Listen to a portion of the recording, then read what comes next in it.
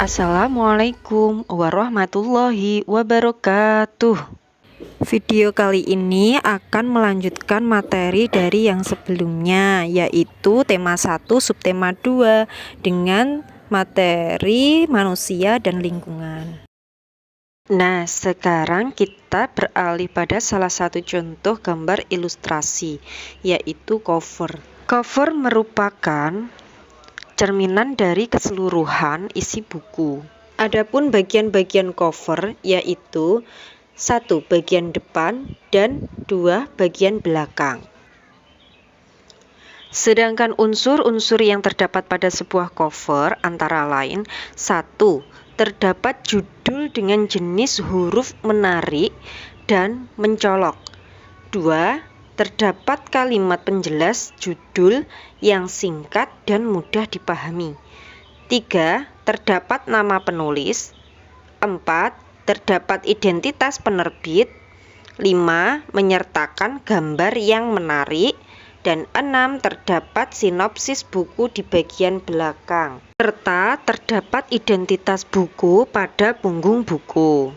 Untuk dapat menghasilkan gambar yang menarik, maka kita harus membuat desain background atau latar terlebih dahulu. Dalam pembuatan desain pada sebuah cover, terdapat 2 macam, yaitu cover dengan latar belakang berwarna putih dan tulisan sederhana, dan cover dengan desain penuh warna dan gambar.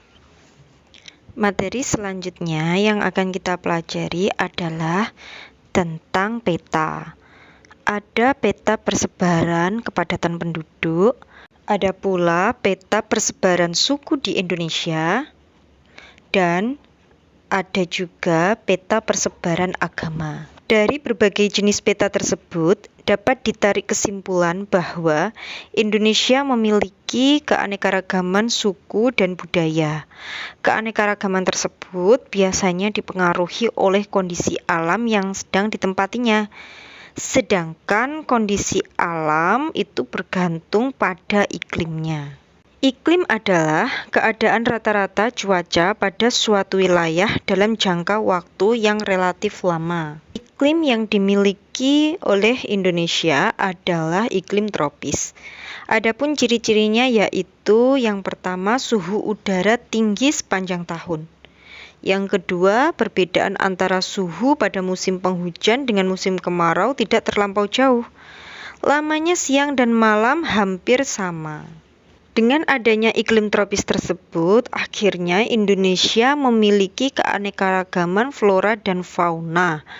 Selain dipengaruhi oleh iklim, persebaran flora dan fauna juga dipengaruhi oleh tanah, air, manusia, dan hewan. Persebaran flora di Indonesia dibagi menjadi 2, yaitu Indo-Malayan dan Indo-Australian. Indo-Malayan meliputi kawasan Indonesia bagian barat, antara lain Kalimantan, Sumatera, Jawa, dan Bali. Sementara Indo-Australian meliputi kawasan Indonesia bagian timur, yaitu Sulawesi, Maluku, Nusa Tenggara, dan Papua. Sementara itu, perbedaan karakteristik keduanya yaitu pada Indo-Malayan terdapat jenis meranti-meranti yang sangat banyak, sedangkan pada Indo-Australian hanya sedikit. Pada Indo-Malayan terdapat berbagai jenis rotan, sementara pada Indo-Australian tidak terdapat berbagai jenis rotan.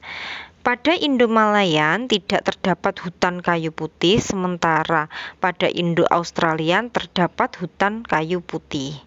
Pada Indo-Malayan, jenis tumbuhan matoanya sedikit jumlahnya, sementara pada Indo-Australian terdapat berbagai jenis tumbuhan matoanya.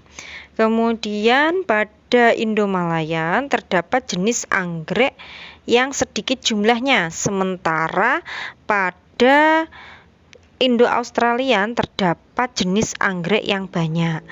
Pada Indo-Malayan terdapat berbagai jenis nangka, sementara Indo-Australian tidak terdapat jenis nangka. Pada Pada Indo-Malayan tidak banyak tumbuhan sagu, sementara pada Indo-Australian banyak terdapat tumbuhan sagu. Selain persebaran flora di Indonesia, persebaran fauna di Indonesia juga dikelompokkan menjadi 3 macam, yaitu fauna bagian barat, fauna bagian tengah, dan fauna bagian timur. Antara fauna bagian barat dan tengah dipisahkan oleh garis Wallace, sedangkan fauna bagian timur dan tengah dipisahkan oleh garis Weber. Adapun persebarannya adalah sebagai berikut. Adapun fauna Indonesia bagian barat tipe asiatis mencangkup wilayah Jawa, Sumatera, Bali, dan Kalimantan. Hewan mamalia tipe asiatis antara lain gajah, badak bercula 1, banteng, macan, tapir, kerbau, rusa, orangutan, monyet, babi hutan, bekatan, dan lain-lain. Sementara reptil tipe asiatis antara lain ular, kadal, tokek, buaya, biawak, bunglon, kura-kura, dan terenggiling. Jenis burung tipe asiatis antara lain burung hantu, elang, merak, gagak, jalak, kutilang, dan berbagai macam unggas. Antara ikan tawar tipe asiatis yaitu pesut. Nah, sekarang kita beralih ke fauna Indonesia bagian tengah, yaitu tipe peralihan. Wilayah ini sering disebut sebagai wilayah fauna Kepulauan Wallace, yaitu yang mencangkup wilayah Sulawesi, Timur, Maluku, dan Nusa Tenggara, serta sejumlah pulau-pulau kecil yang ada di sekitarnya. Mamalia tipe peralihan antara lain babi rusa, anoa, kuda, monyet, saba, babi, beruang, ikan duyung, kuskus, monyet hitam, tarsius, sapi, dan banteng. Sedangkan reptil tipe peralihan antara lain biawak, komodo, buaya, dan ular. Jenis burung tipe peralihan antara lain maleo, mandar, raja udang, burung dewata, rangkong, dan kakak tua, serta nuri.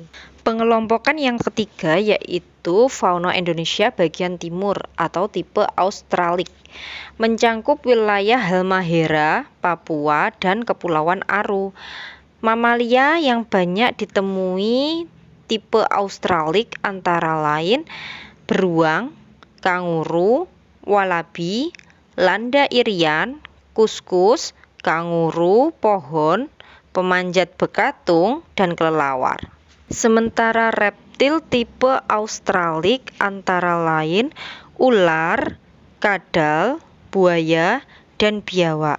Sedangkan burung yang ada pada tipe Australik antara lain cendrawasih, kasuari, nuri, raja, udang, dan namudur. Dengan adanya berbagai macam kekayaan Indonesia, kita wajib mensyukurinya, yaitu dengan cara memiliki nilai luhur setiap Pancasila, seperti pada sila pertama, yaitu bebas memeluk agama dan menjalankan ibadah, rajin beribadah, tidak memaksakan agama kepada orang lain, menghormati orang lain yang sedang beribadah, dan merayakan hari besar agamanya.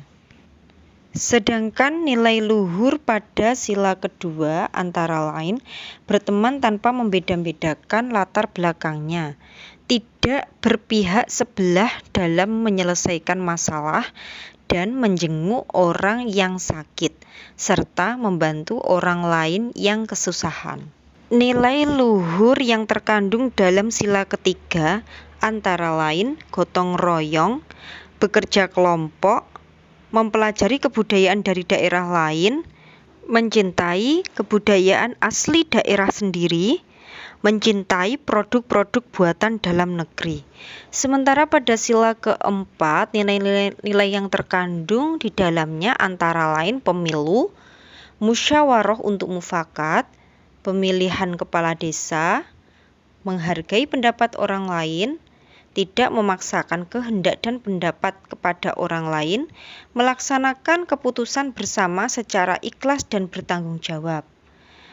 Sedangkan untuk sila kelima, nilai-nilai luhurnya yaitu memiliki kedudukan yang sama di muka hukum, melaksanakan pembangunan dan menikmati hasil-hasil pembangunan nasional secara bertanggung jawab.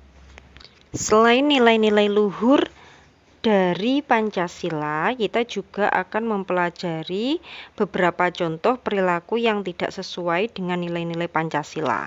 Dilihat dari lingkungan sekolah, perilaku yang tidak sesuai dengan nilai Pancasila antara lain memilih teman hanya yang kaya saja, tidak mau meminjamkan peralatan sekolah kepada teman, suka mencontek, suka berkelahi, tidak mau mengikuti upacara bendera, dan suka mengejek teman. Jika dilihat dari lingkungan rumah, perilaku yang tidak sesuai dengan nilai Pancasila yaitu tidak melaksanakan ibadah sesuai dengan agama, tidak mau berbagi makanan dengan anggota keluarga yang lain, suka bermalas-malasan, suka membantah orang tua, suka memaksakan kehendak kepada anggota keluarga, dan suka berbohong. Kemudian jika dilihat dari lingkungan masyarakat, perilaku yang tidak sesuai dengan nilai Pancasila antara lain tidak mau menjenguk tetangganya yang sedang sakit, melarang orang lain melakukan peribadahan sesuai dengan agamanya, kemudian minum minuman keras dan berjudi, tidak mau mengikuti kegiatan kerja bakti, ronda malam, dan rapat lingkungan.